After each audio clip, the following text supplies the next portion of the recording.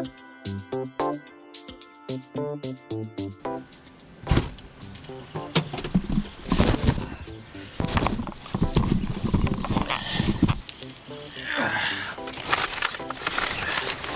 be filming Groove. I'm gonna be interviewing them for a segment I used to do for EmeroyTV called Profiles and Drive, but I don't think I'm gonna call it that anymore. And this segment's also gonna be shared on Vision Paradox TV, so we're gonna be looking for a new title. But the whole purpose of this is to create content for our client, so we can use it for some content marketing. So it's kind of like a win-win-win situation. I get content for my channel. The client gets content for their channel. We use it for marketing for their training, and Vision Paradox gets content. So just running aggravatingly late, like 45 minutes off schedule. I'm on the way to go pick up Gabby right now, who's going to be helping me set everything up. Trying. Good.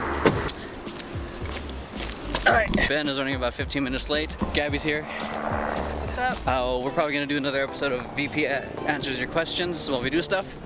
But in the meantime, hey, we got some extra time right now. So we're gonna get some questions ready while we get some coffee.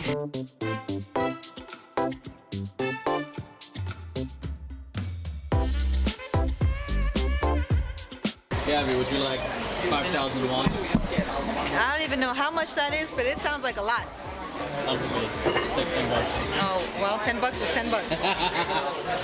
Okay, so welcome to another episode of Vision Paradox Answers Your Questions while we do stuff. If it's your first time on this channel, thanks for hopping on. If it's your first time watching this segment, we answer your questions about social media, marketing, content production, anything that helps you build your business, personal brand, anything we can do to help you out. No. First question, how do I improve my social media presence? Comment on people's pictures, comment on your own comments. Look for tags, hashtags that you're really interested in. It's building that conversation is how I would say that you would build a social media presence. That's one of the ideas. I think find a platform that you want where your audience is at, or you feel like showcases your strength, and not only just post consistently, but do exactly what Gabby said. Engage in with who comments on you and become part of other people's communities. That way.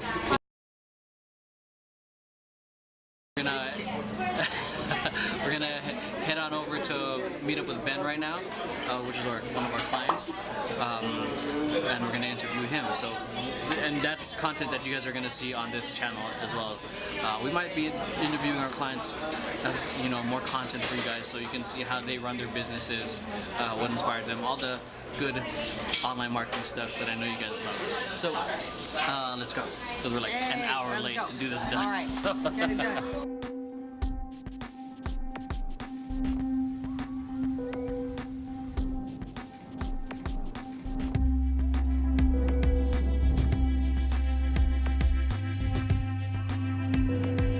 For any instructor at any level, if they're open to hearing feedback about making them a better instructor, that's really awesome that we're taking the time to do that. That we're taking the time to look at the video and go, I'd love to see a little bit more of this or a little bit more of that. Yeah. So I'm happy with our program at this point because we're still handling it that way. Yeah. And I hope we can continue to do that because we want to make really good instructors. We're done interviewing Ben. Gabby's cleaning up. There's Ben. Now we're just hanging out. We're gonna do the second part of Vision Paradox Answers Questions while we do stuff. Skirt, skirt. We'll see you guys there.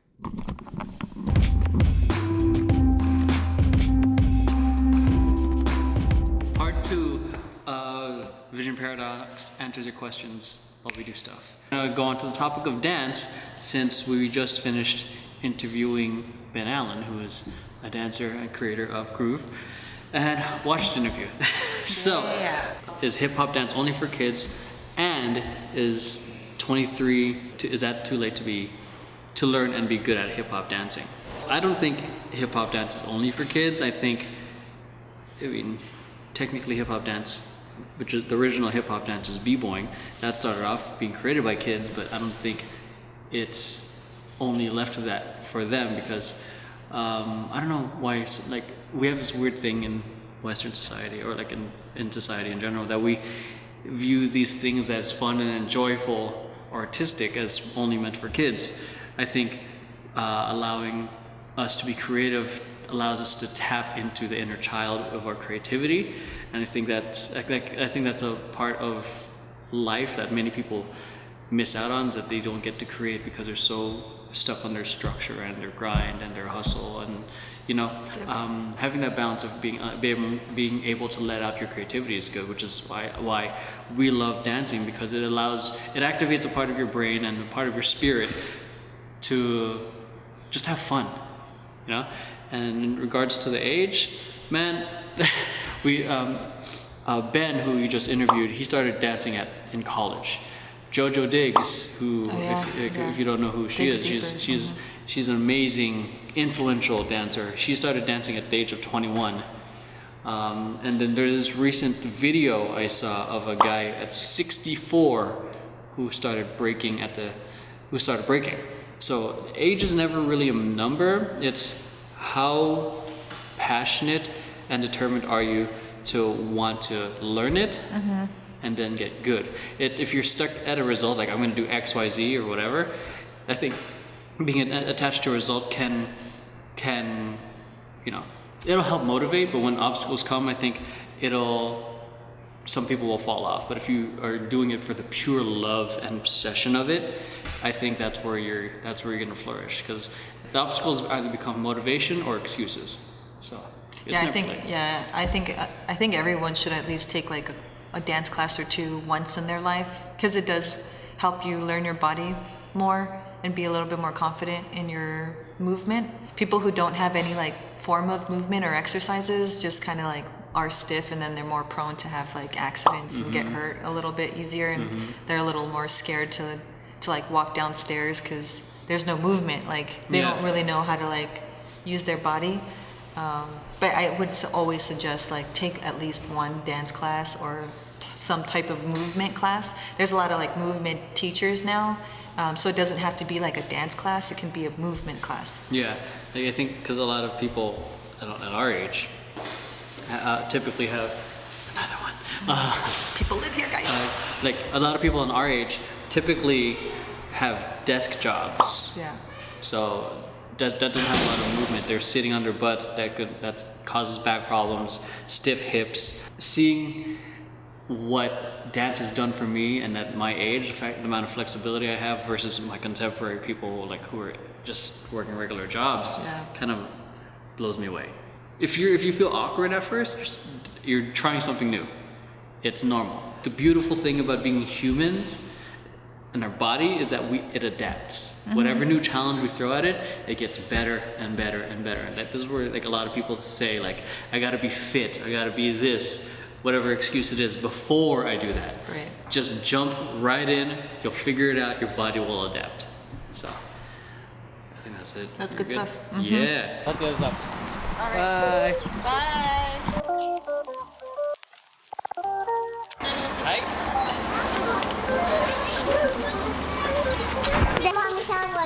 Yeah, Mommy's out. Love seeing all these little projects that Jordan does. Crazy thing is that he's going to be graduating soon from like, it's only pre-K to kindergarten, but still, soon enough it'll be high school. So, hey, pick that up. Yeah, stay on the sidewalk. Go.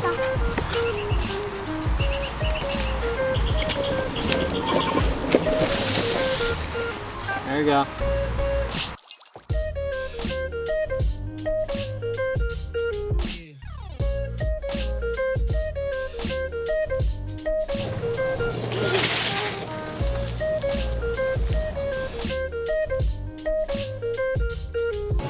We're going to be answering your questions soon, but it's been a while since I've been at a proper session, so look at this.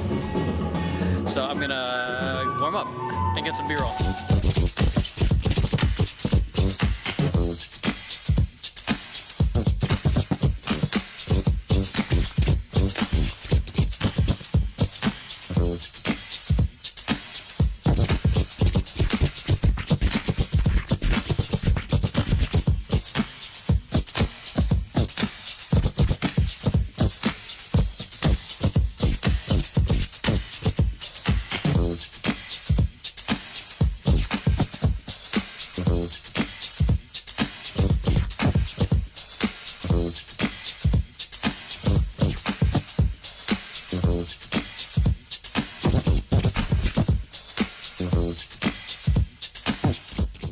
Vision Paradox answers your questions while we do stuff. This one's gonna be about business and entrepreneurship. So the first question is, I'd really like to start my own business, but I don't know anything about the business world. Where should I begin? a lot of people would go to business school as a traditional way, but that's like, I think that gives you a lot of skills, a lot of connections, and people to network with that are in the same journey. I think there's a lot of power learning from mentors and being with a group of people that are in the same journey. But with that said, that's a super expensive route. Start off with what you're passionate about. Start off with what you care about, because it's pointless. Like, I care deeply about dancing. I care deeply about social media and my clients, like, and creating videos and stuff like that. It wouldn't make sense for me to go to the necklace business because I have no passion for it. But if you find something you're passionate about, with what you're passionate about, and then look for the gap in the market. One of our clients, Festi, they saw a gap in the market in the festival rave community. Where if you've never been to a rave, it's very easy to lose your friends. Right. And what they've done is create a solution to that. To start an effective business, you have to provide a service for someone. Right. I think the biggest mistake people get into is that they do something that will only serve them. They're not thinking about the people who on the other side who are going to receive that experience. And if you're not planning on, getting capital from an investor, and if you're gonna bootstrap, you're gonna have to do a lot of it on your own. You're gonna have to accept the fact that you're gonna have to put a lot of time into it and not get paid. Yep. And that's just the truth about starting a business. And your own money. Yeah. So if you want to add to that. Yeah, I'm more of the business side of the person. I'm more Sorry. business, right?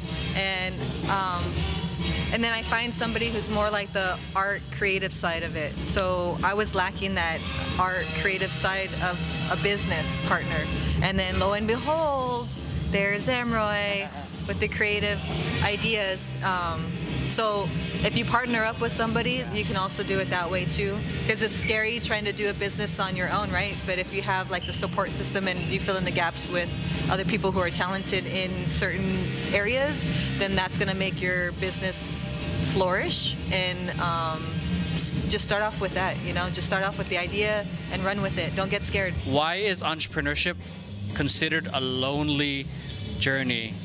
All right, so the reason why entrepreneurship is considered a lonely journey is because it's just you in the trenches for most of it. Like, compared to if you're just an employee, you got other fellow employees working with you, or even just a fellow colleague. But it's just you running the business, where everything is on, you are responsible for every single thing that happens. Bye. But when you are responsible for every single thing that happens, that's a lot of pressure. And then that's pressure is added on if you have other responsibilities, if you are a parent, if you have bills to pay, if you have loans, if you have debt, because the market doesn't give a fuck how you feel. All it cares is the results you can bring. And it's okay to feel what you feel, but you can't bring those emotions to the business. You got to bring those. That's why having a strong support system is so important, because when you're in the ring, you're in the ring by itself, and like you're going through it on your own. So that's why I consider it a lonely journey. But luckily, like, having a business partner has made it a lot more enjoyable, and it takes a lot of the pressure off my shoulders, because it's comforting knowing that I'm not alone. I'm not stuck trying to figure out a pricing point, which is what I called it the other day. I was like, Gabby, I need to talk to you. Like it's good to be able to bounce ideas off other people. Yeah. So everyone had that. Yeah, no, it feels lonely for the exact same reasons that you're out in the world trying to present a product to somebody, and you're gonna get a lot of no's. Like in any industry, if you put yourself out there, you have to be willing to take the criticism and the no's, right? So, but don't ever let that like hold you back. So if you feel lonely, just keep going, because eventually you'll hit a yes. I am a solo entrepreneur in my 20s, and I do not socialize with friends at all due to my schedule. Will I regret this later on in life? Well, if you're asking that question, it sounds like you might regret it later on. Don't do anything you're gonna regret, but building a community is always important, because they're gonna they'll usually have your back in the long run. So Yeah, I think we're almost done. So you hear that? They just turn off the music. That means we got to leave soon. So this is the last question. So I think it depends on what your values are. If you are like a Kobe Bryant, for Yeah. example, he obsessed over basketball. He was willing to sacrifice family time, social time, whatever else, leisure time, just so he can get an inch over the competition. And it depends on how far you want to get in your business, because entrepreneurship is a grind, and it's not an instant. You don't get an instant reward. It's very, very much the long game, which is why it can be tough, which is why a lot of people quit within the first 3 years, or a lot of businesses fail. Aside from like that, there's more to it than that, but it depends on what's important to you. If this business is that important to you that you're willing to make those necessary sacrifices, go for it. There's different aspects in our life that I think that it's okay for us to leave alone, and other things that I think we should maintain. This is just coming from me now. I think it's important to maintain relationships. Your accomplishments in your business aren't going to be the people that give a eulogy at your funeral. So I think it's important that you're willing. I think it's great that you're willing to make these sacrifices, but I also think at the end, if you are successful and not fulfilled, I think that is failure either way. So I think, again, it goes back to what your values are, and it goes back, and if you're asking this question, I think and you're feeling like you're not that, I think it's time to reevaluate how you're spending your time, and find a way to not so much find balance, but find harmony to where you feel okay with like some weeks you might grind out 12-hour days and not see friends.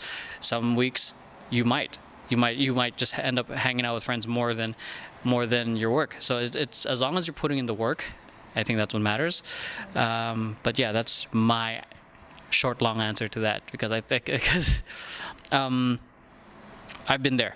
It can be tough trying to balance everything and then run an entire business, especially if you're starting out and you're young. You're young. 20. So you're in your 20s, so you got time. So if you mess up, you still, and like for the next 5 years you'll only be 25. So like we're starting our business. Well, like I started like I'm in my mid-30s. yeah, I started in my late 20s, and I'm barely 30. So we applaud you, because you are a huge step ahead of us in terms of time. You have more time than us. So that's it. So anything else you want to say? Any last words? No. No. So I think that is it, ladies and gentlemen. Thank you for watching. Thank you guys for watching this random episode of Vision Paradox Answers the Questions. Doing stuff while we do stuff.